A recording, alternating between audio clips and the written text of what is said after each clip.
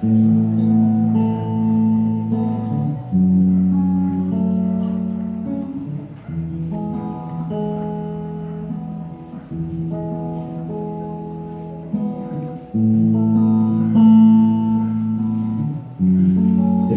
capítulo 1. Irmãos, Deus gerou no meu coração uma palavra, só que essa palavra eu vou dividi-la em 3 partes. Eu vou pregar nesse domingo, no próximo domingo e no outro domingo. Então hoje eu vou estar ministrando Efésios capítulo 1, do verso 1 ao verso de número 6. Depois eu vou estar ministrando então no próximo domingo, do verso 7 ao verso 12.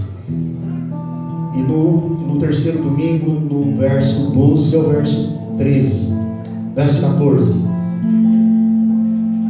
E se Deus permitir, nós vamos fazer isso em todo o livro de Efésios. Todo domingo eu vou estar ministrando uma palavra expositiva. O que é uma palavra expositiva, irmão? Existem algumas formas de pregar. Nós podemos pregar temático. Eu pego um tema, por exemplo, quero falar sobre salvação. Então eu vou lá na Bíblia e cito vários versículos que falam de salvação. Então isso é uma pregação temática, né? E uma pregação expositiva, você pega um texto e você trabalha em cima daquele texto. Você expõe o que o autor queria dizer, o que ele queria ensinar, o que nós podemos aprender. Então isso é exposição, né? É expor o texto. E eu quero, nesses domingos, fazer umas ministrações expositivas. Então eu vou pedir para os irmãos que você fique com a tua Bíblia aberta, porque nós vamos usar a Bíblia e nós vamos entender aqui o que o apóstolo Paulo queria ensinar à igreja de Éfeso, quando ele escreveu essa carta para essa igreja. Apesar que essa carta tem o nome de a carta à igreja de Éfeso, mas essa carta ela é uma carta que foi escrita só para Éfeso. Paulo escreveu essa carta e provavelmente ela percorreu por todas as igrejas daquela época. Amém? Então é uma carta muito importante. E Deus jogou isso no meu coração essa semana, então vamos fazer assim. Acharam aí? Efésios capítulo 1, verso de número 1 ao verso de número 6. Antes, irmão, feche teus olhos. Quero orar pela sua família, fazer a oração da família, amém? E você olha aí do jeito que você está mesmo sentado, não precisa dobrar o joelho nem nada não. Só ore. Senhor Deus, em nome de Jesus, Pai, nós estamos na Tua presença. Estamos na Tua casa, Pai. Estamos aqui porque somos necessitados de Ti, Jesus. Eu oro, meu Deus, nesse momento pela Tua igreja, pelo Teu povo, pelos Teus filhos, pelos lares, pelas famílias. Meu Deus, que o Senhor entre nessa noite, meu Deus, com providência. Que o Senhor entre, meu Deus, para fazer mudança e transformação nos lares. Que haja, meu Deus, salvação nas casas, nos lares, nas famílias. Que haja, meu Deus, em nome de Jesus, a paz do Senhor sobre cada lar, sobre cada família. Que o Teu Espírito Santo, Pai, entre agora nos casamentos, nos relacionamentos de marido e mulher. Que o Senhor põe, meu Deus, ali a Tua presença, onde Tu és o centro de todas as coisas. Deus, em o nome de Jesus. Pai, entra com providência, Pai, no relacionamento entre pai e filho. Meu Deus, transforma, meu Pai, as famílias. Meu Deus, tanta coisa ruim tem entrado dentro dos lares, através da televisão, através da internet, através desse mundanismo que está aí fora, Pai. Tanta coisa tem entrado dentro das casas, dos lares, tem destruído as famílias, tem destruído pessoas, casamentos, relacionamentos. Meu Deus, em nome de Jesus, a tua palavra precisa entrar no lar do teu filho, Pai. Mostra para ele, mostra para ela, Senhor, como é importante, meu Deus, a palavra do Senhor no seu lar, como é importante, meu Deus, a oração no lar, como é importante, meu Deus, a comunhão no lar, para que esse mal não entre, meu Deus, no lar dos teus filhos. Abra, meu Deus, o entendimento da tua igreja, o discernimento da tua igreja, Pai.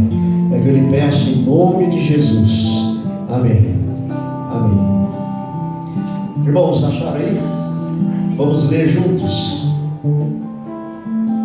Efésios, capítulo 1, verso 1. Eu vou ler na versão mais atualizada, que diz assim: Paulo, apóstolo de Cristo Jesus, escolhido por Deus, aos santos e fiéis em Cristo Jesus, que estão em Éfeso, que a sua graça e a sua paz estejam com vocês, enviadas por Deus, o nosso Pai, e por Jesus Cristo, nosso Senhor.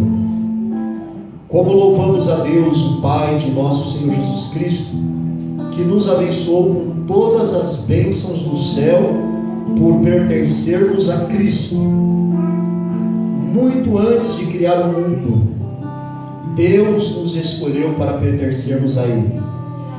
Naquela época Ele decidiu fazer-nos santos aos seus olhos, sem uma única falta, a nós que nos encontramos diante dEle, cobertos com o seu amor.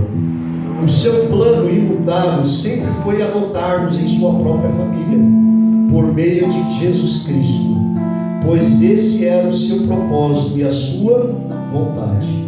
Agora, todo louvor seja dado a Deus, por sua maravilhosa graça, derramada sobre nós, porque pertencemos ao seu amado Filho.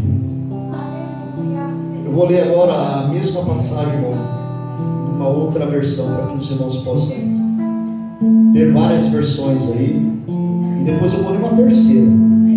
Nós temos que compreender a palavra de Deus, irmão. Se nós não compreendermos a palavra de Deus, não tem sentido estarmos aqui. Na Almeida Revista e Corrigida diz assim: Paulo, apóstolo de Jesus Cristo, pela vontade de Deus, aos santos que estão em Éfeso, fiéis em Cristo Jesus. A vós a graça e a paz da parte de Deus, o nosso Pai e nosso Senhor Jesus Cristo.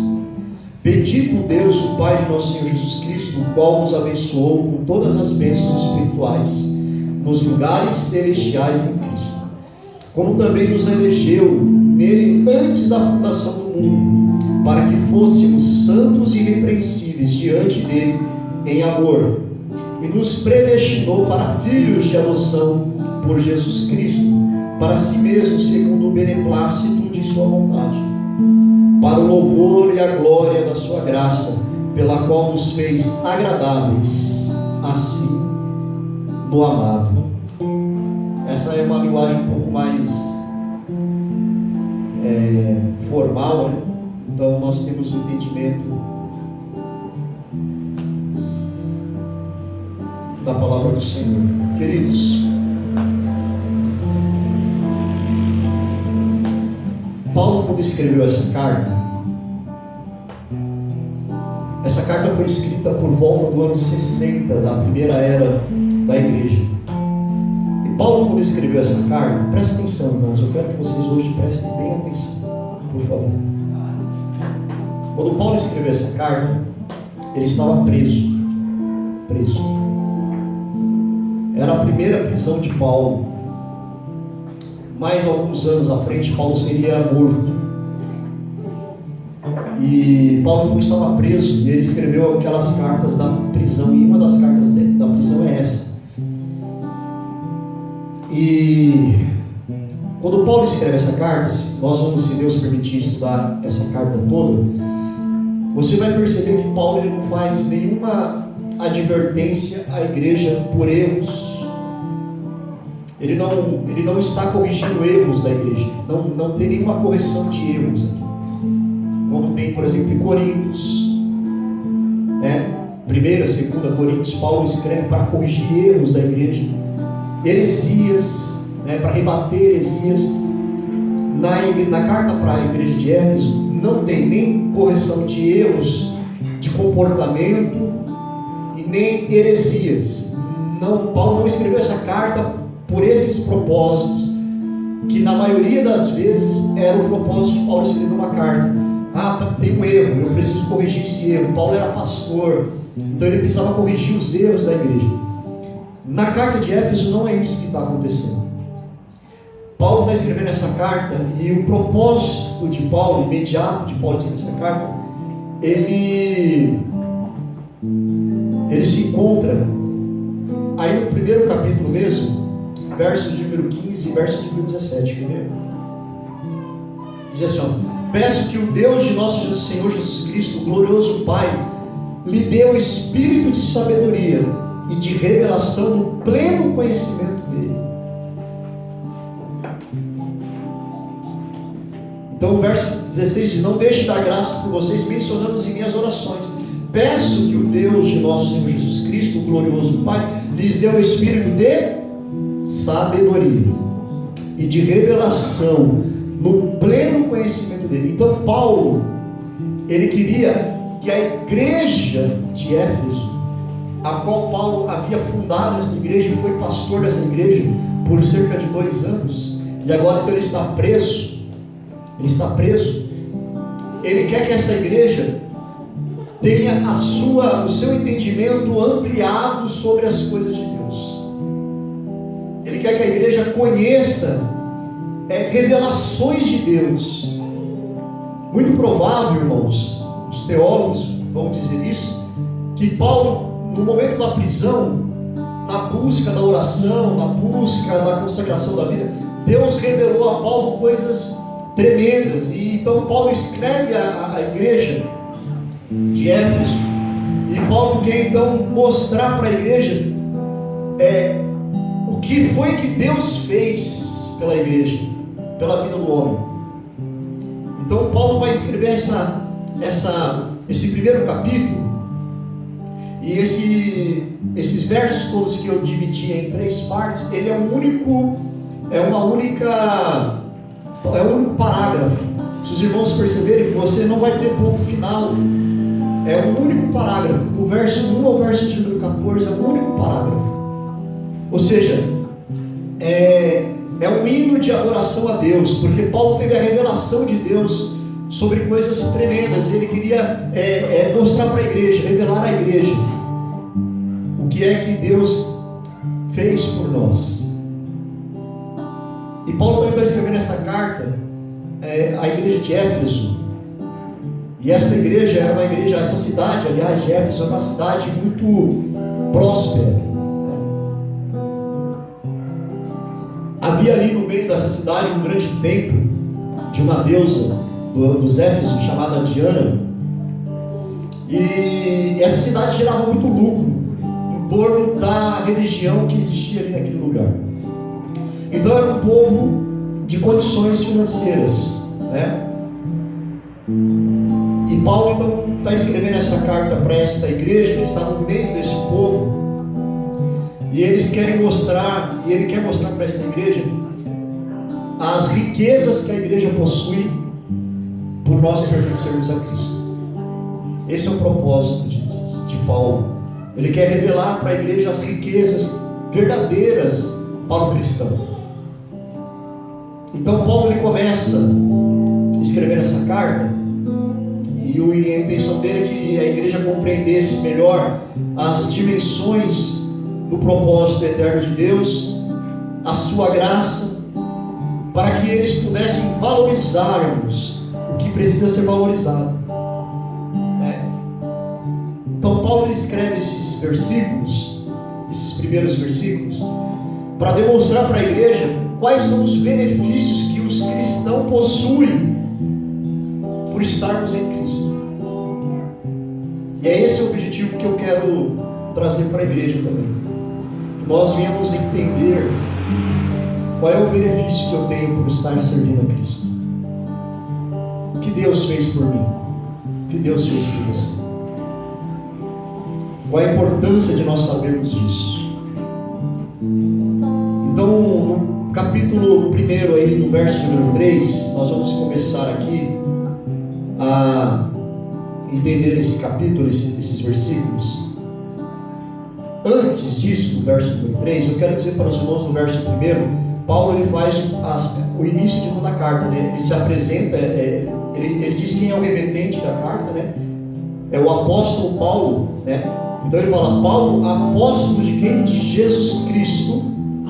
Pela vontade de quem, irmão? Pela vontade de Deus. Então a primeira coisa que nós temos que entender é que Paulo, quando ele começa escrevendo Paulo, apóstolo de Jesus Cristo, ele não está ali se autopromovendo. Ele está declarando qual é a missão dele. Ele diz, ó, eu sou Paulo, apóstolo de Cristo, não pela minha vontade, não porque eu quis, mas porque Deus me escolheu para ser apóstolo, para levar a palavra. Então o primeiro ensinamento aqui, irmãos, que Paulo queria trazer para a igreja, é de que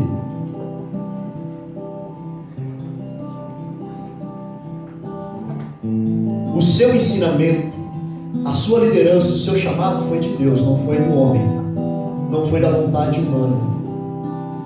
Por que isso é importante nós entendermos? Porque hoje nós vivemos um contexto onde muitos se dizem apóstolos, mas não foram chamados por Deus, foram chamados por homens. Se autoproclamaram apóstolos, se autoproclamaram enviados por Deus, mas não foram chamados por Deus. E isso faz toda a diferença, porque nós temos que ter um entendimento de que nós temos que seguir pessoas, líderes, que realmente tenham um compromisso com Deus, não alguém que foi autoproclamado para aquilo. Por quê? Porque a visão dele vai ser outra. A visão dele vai ser outra.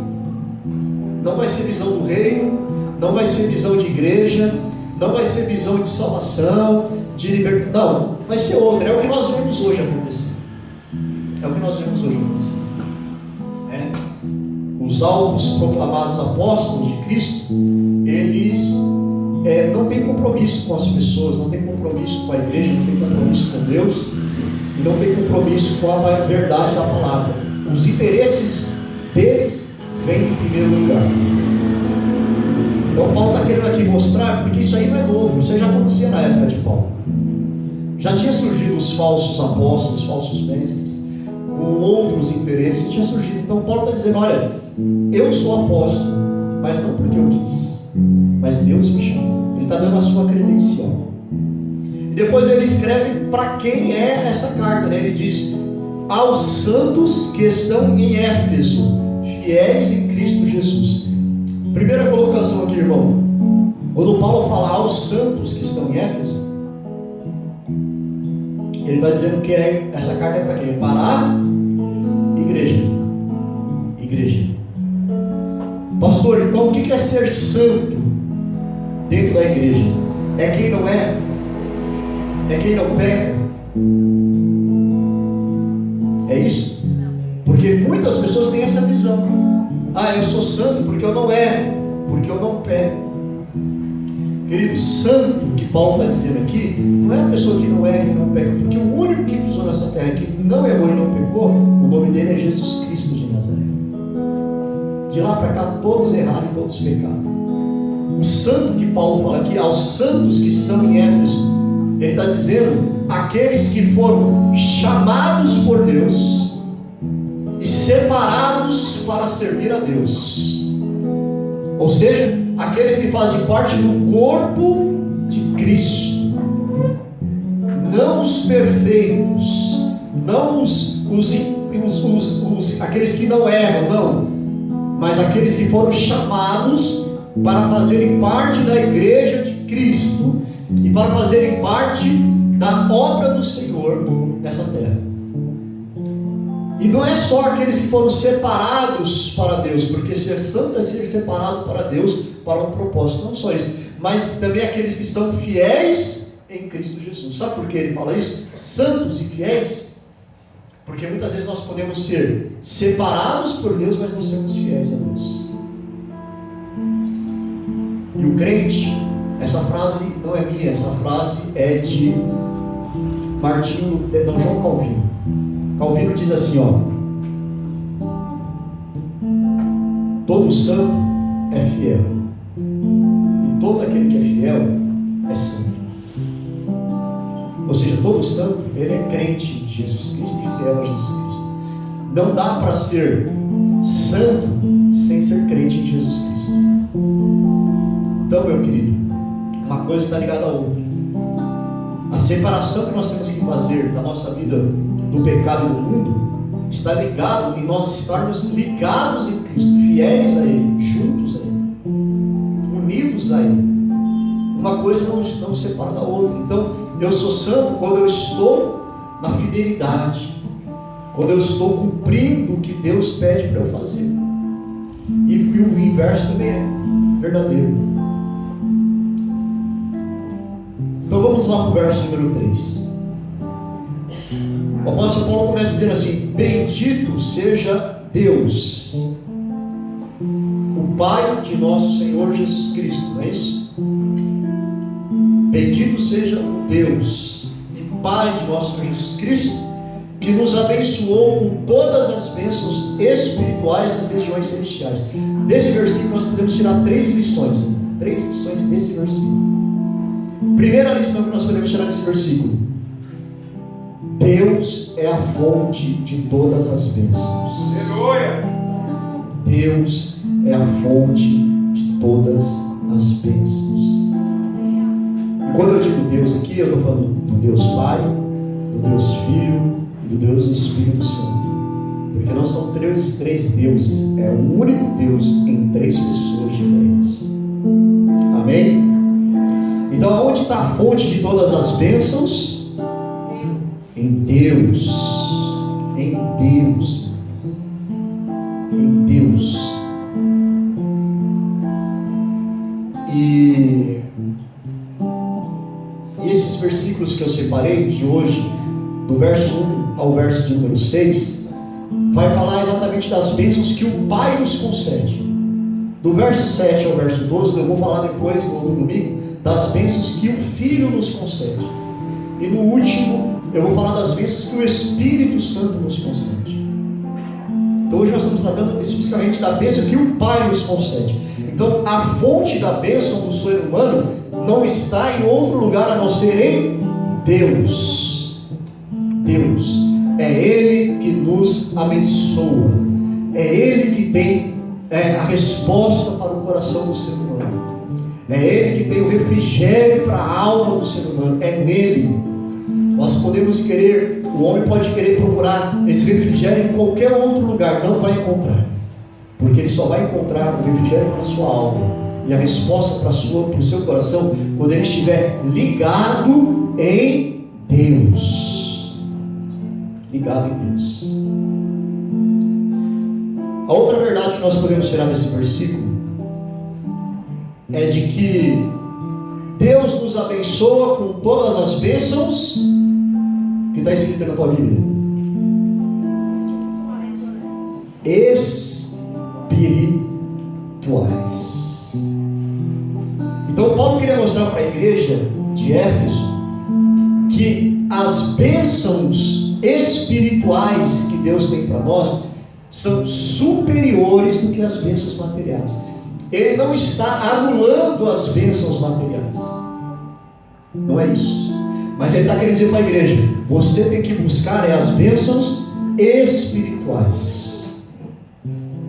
As bênçãos materiais são consequências das bênçãos espirituais na vida do crente.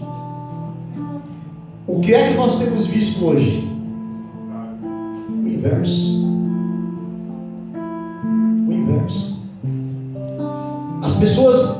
Tem pessoas que estão dentro da igreja e conseguem olhar para ela mesma no espelho, ou então numa conversa entre irmãos, e dizer: Deus não me abençoa.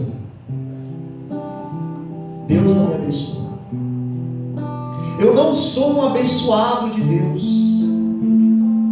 Eu estou mentindo aqui hoje, irmãos? Será que você já um dia olhou no espelho e falou: eu não sou abençoado por Deus, Deus não me abençoa, Deus não deve gostar de mim, porque Ele não me abençoa? Sabe por quê, meu irmão? Porque nós Hoje temos a visão de que bênção de Deus são coisas que nós conquistamos. Nós temos a ilusão de que bênção de Deus é aquele que tem posses. Eu não estou dizendo que Deus não pode dar, Deus dá, Deus faz. Mas eu preciso entender, e Paulo estava querendo mostrar para a igreja, quais são as verdadeiras bênçãos de Deus para aquele que está em Cristo Jesus. Para que nós possamos dizer, eu sou um abençoado no nome de Jesus, eu sou um abençoado. Então eu não preciso de ter algo ou conquistar algo para eu dizer que eu sou um abençoado. Não, se eu conhecer isso aqui, se eu conhecer o que nós queremos nesta noite ministrar, você vai dizer, eu sou um abençoado em nome de Jesus. Então a fonte está em Deus, e nós temos bênçãos espirituais. Sabe por que a igreja hoje só fala de bênção material em muitos lugares, irmãos? Porque quando Deus chamou Israel, a promessa de Deus para Israel era terrena. Saia da terra que eu te mostrarei, sai da tua terra, da tua parentela, vai para uma terra que eu te mostrarei, terra.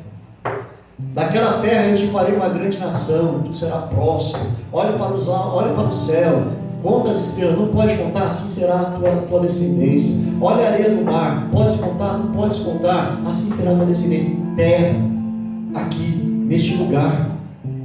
Olha a terra que mana leite e mel, terra. A promessa de Israel era terra, posse, conquista. A promessa para a igreja é, eu vou para o Pai, e vos prepararei lugar, e aonde eu estiver, vós estará. Jesus nunca prometeu terra para a igreja. Nunca. O problema é que nós não conhecemos a revelação de Jesus para a igreja, e vamos lá no Antigo Testamento, que é a palavra de Deus, é a palavra de Deus, mas é uma palavra específica para um tempo, para um povo.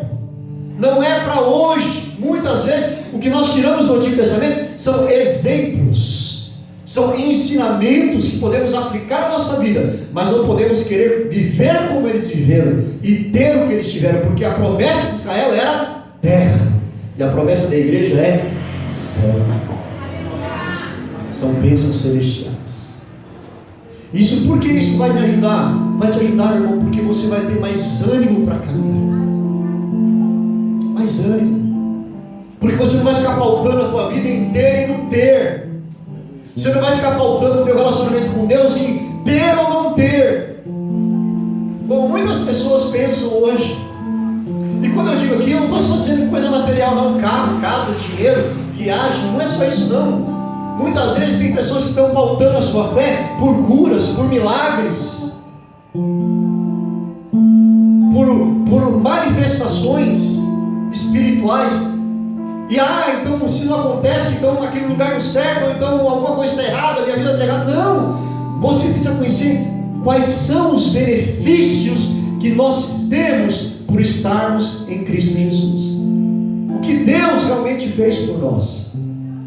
Isso vai te dar ânimo, em nome de Jesus. Eu creio nisso. Então, o outro ensinamento que nós tiramos é que nós, igreja, nós temos as bênçãos espirituais. Pastor, é errado eu orar por ter um emprego melhor? Não estou dizendo isso. É errado, pastor, eu comprar? Não estou dizendo isso. Estou dizendo que você não pode achar que isso é bênção, somente isso é a bênção de Deus. Você precisa saber o que são realmente as bênçãos de Deus para a tua vida. Isso aí são consequências. Ter ou não ter é consequências de muitos fatores que não vai dar tempo de eu falar aqui, porque não é nem a intenção.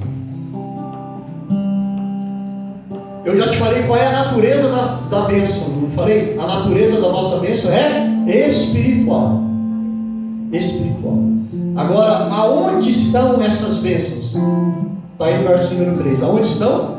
Nas regiões celestiais, meu irmão.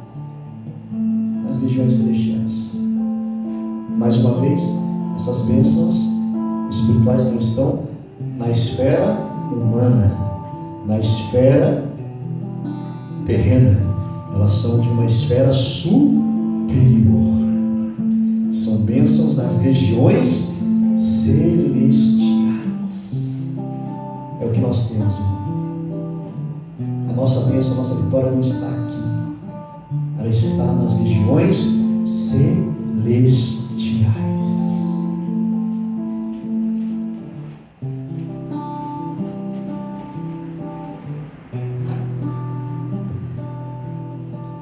Verso número 4, Paulo vai começar a enumerar essas bênçãos. A primeira bênção que Paulo enumera, que Deus Pai fez para nós seres humanos nas regiões celestiais, Paulo vai começar a dizer, porque Deus nos escolheu nele antes da criação do mundo, para sermos santos e irrepreensíveis em sua presença. Então nesse verso 4 nós podemos tirar também três lições nesse verso número 4. Primeira lição é a primeira bênção que Deus fez por nós. Está escrito aí que Deus nos escolheu. Essa palavra escolheu, em outra versão pode estar escrito aí que Deus nos elegeu. É a doutrina da eleição divina. A maior bênção espiritual que o ser humano pode ter, meu irmão, é a salvação. É a salvação. E a salvação de Deus, ela tem início e ela tem fim em Deus. Em Deus. Início e fim em Deus. O ser humano, não há nada que nós, como seres humanos, podemos fazer para alcançar a nossa salvação. Ela tem início em Deus e ela tem fim em Deus. Ou seja, é Deus que opera a salvação no homem. É Deus que opera. Abra sua Bíblia comigo, capítulo de número 15 do livro de João, verso de número 16.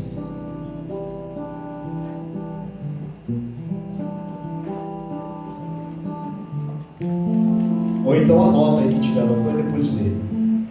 João 15, 16 diz assim: vocês não me escolheram, eu os escolhi, e eu os chamei para irem produzirem frutos duradouros, para que o Pai lhes dê tudo o que pedirem em meu nome. Depois você abra comigo Romanos capítulo 3, verso de número